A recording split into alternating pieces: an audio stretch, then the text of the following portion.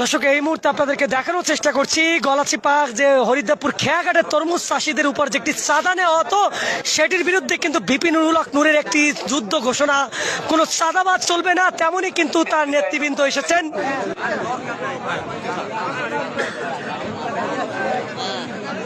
লাগবে না কিন্তু আজকে আমাদের মাঝে উপস্থিত আছেন আমার এই গলাচিপা উপজেলার শ্রমিক ভাইয়েরা, ব্যবসায়ী ভাইয়েরা এবং বিশেষ করে আমার কৃষক ভাইয়েরা যারা রোদে পুড়ে বৃষ্টিতে ভিজে এই তরমুজ ফলায়। আমি সকলকে আমার প্রাণপ্রিয় নেতা, আপনাদের এই জনপদের কৃতি সন্তান, আমাদের এই অঞ্চলের মাননীয় প্রতিমন্ত্রী জনাব নুরুল হক নূরের পক্ষ থেকে শুভেচ্ছা ও অভিনন্দন জানাই।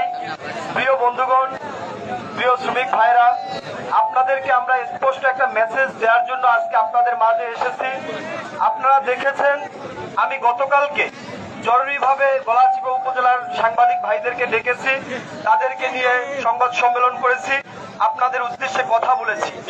আমি সেখানে দেখেছি অনেক ভাইদের মন্তব্য ছিল যে এটা আসলে মুখে বলা হয়, বাস্তবায়ন করা হবে না। কিন্তু আমরা বলতে চাই, আমরা মুখে নয়, আমরা কাজে বিশ্বাসী। আমরা যেটা বলি সেটা বাস্তবায়ন করতে চাই। সেই বাস্তবায়ন